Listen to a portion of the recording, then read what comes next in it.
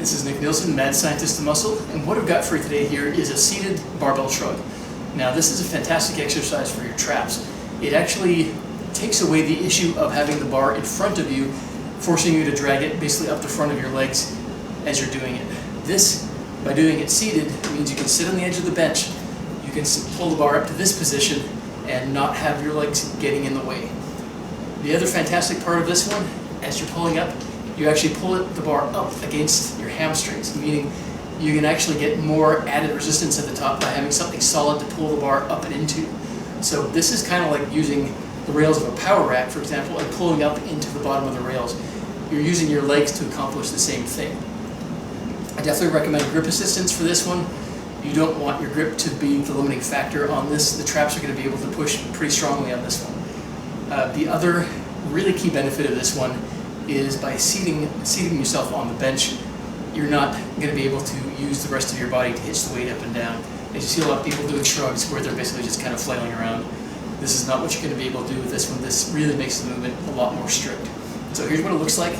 Like I said, sit on the edge of the bench, lean forward, come to the top position, and then shrug, focusing on activating the traps and pulling the bar up as hard as you can into your hamstrings and really, squeezing hard at the top. That's the real benefit of this exercise.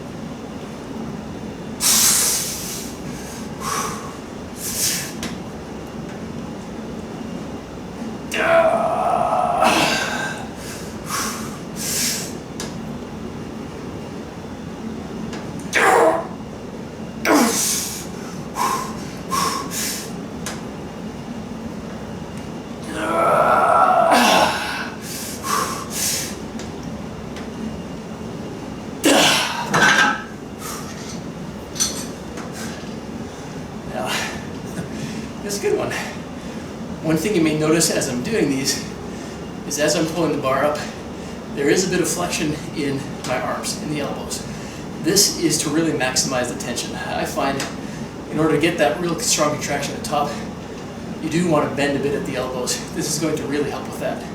If you just leave the elbows fully extended, you get a good contraction behind you, but it's not going to be as strong. So give this one a shot.